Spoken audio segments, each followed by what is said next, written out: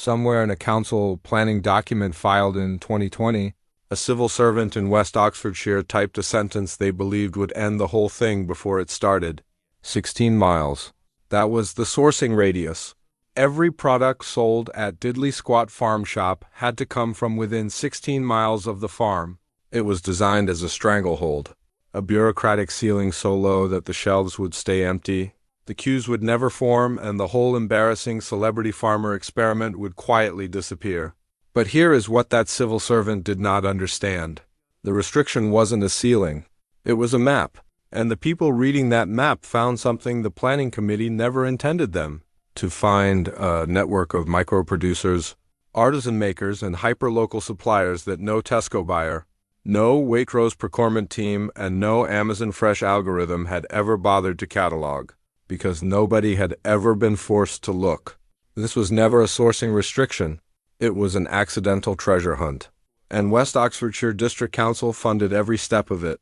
By the end of this, the only question you will have is why nobody in British retail thought of this first. Cast your mind back to the summer of 2020. Jeremy Clarkson, the son of a Paddington Bear toy salesman from Doncaster, had spent £6 million buying a 1,000-acre farm in Chipping Norton he had almost no idea how to run. The farm lost £144 in its first year of serious operation. The shop opened with £44,000 in assets. Nobody in the British farming press gave it 18 months. Everyone laughed. And then the queues started.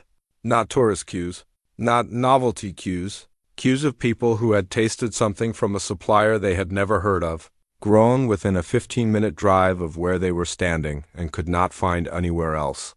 That detail, that completely unremarkable, bureaucratically imposed, accidentally genius detail, is the entire story. But to understand why it worked, you have to understand how the suppliers were found in the first place. When the council imposed the 16-mile radius, the Diddley Squat team faced a problem no major British retailer had faced in 40 years. They could not source nationally. They could not call a Lincolnshire potato distributor. They could not place a standard order with a Norfolk salad farm. They had to find food within a circle roughly the size of Oxfordshire, grown by people who had never sold at scale, priced by growers who had never negotiated with a buyer, delivered by producers who had never had a delivery contract. It was on paper a catastrophe, except here is where the story changes. The Cotswolds is not empty farmland. It is one of the most agriculturally diverse regions in England, producing everything from raw honey to heritage breed beef to cold-pressed rapeseed oil to handmade cheeses that have never appeared on a supermarket shelf. Not because they are inferior, because no buyer with a national distribution chain has ever had a reason to find them. The minimum order quantities are too small. The branding is too inconsistent.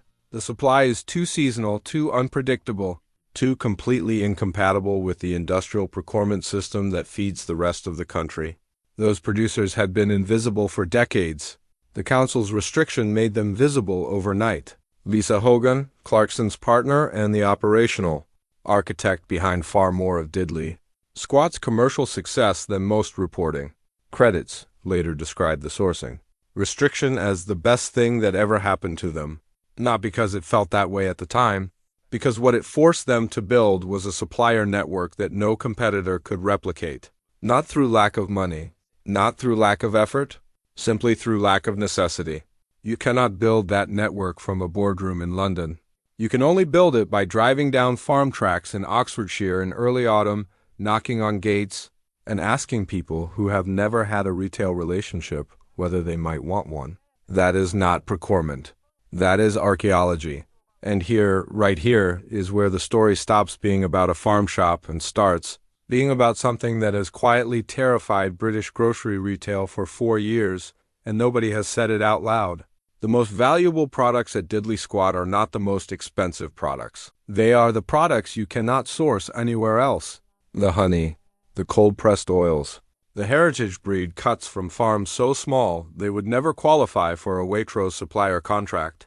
Each one of them exists in the shop for a reason that has nothing to do with Jeremy Clarkson's celebrity, and everything to do with a planning condition that the council thought was a punishment.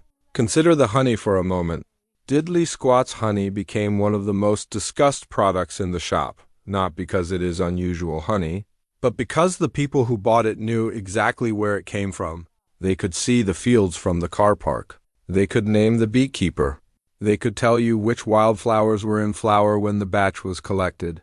That provenance, that granular, specific, completely unmanufacturable provenance is worth something that no national brand can buy. Tesco can put a Union Jack on a honey jar. Tesco cannot tell you it came from a beekeeper 12 miles from where you're standing. You cannot manufacture that. You can only find it and then point a shop at it. And finding it took 2 years of relationship building that the council's restriction made not just possible but mandatory. Every supplier in that shop is there because someone drove to find them, sampled their product, negotiated a first order over a kitchen table, and built a supply agreement that looked nothing like anything in a national procurement handbook. Because it wasn't national procurement.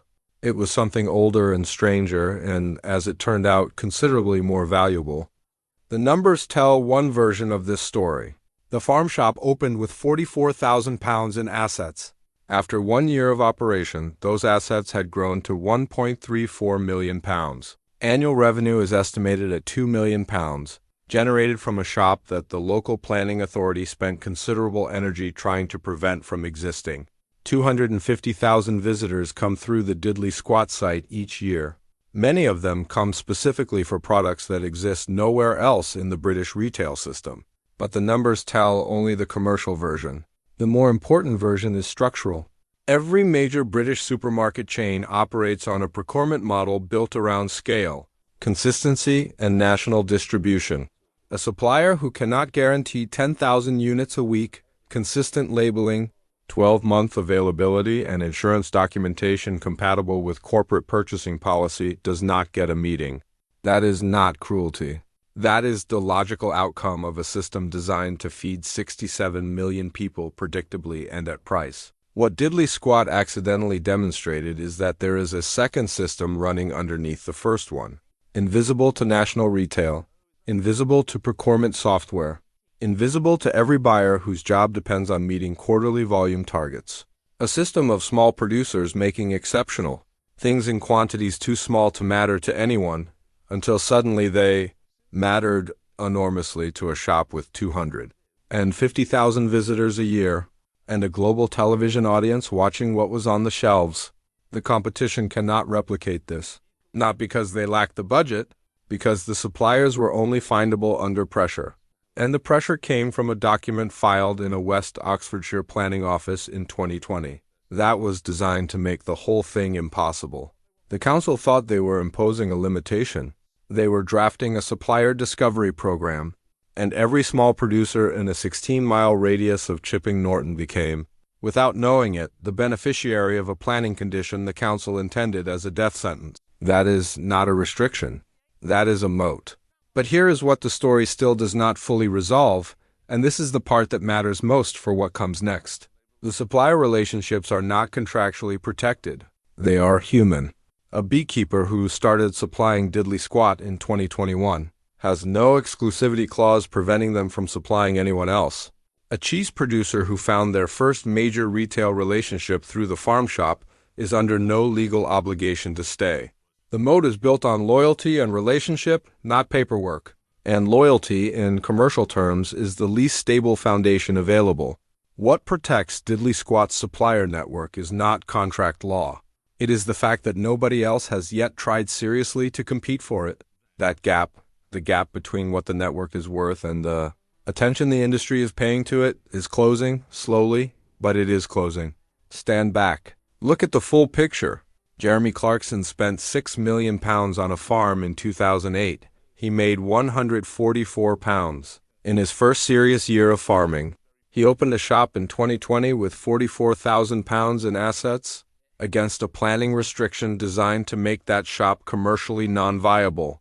That restriction forced a supplier discovery process that no national retailer had undertaken in the same geography in decades. The shop now generates an estimated £2 million annually, receives 250,000 visitors a year, and stocks products that are genuinely unavailable through any competing retail channel.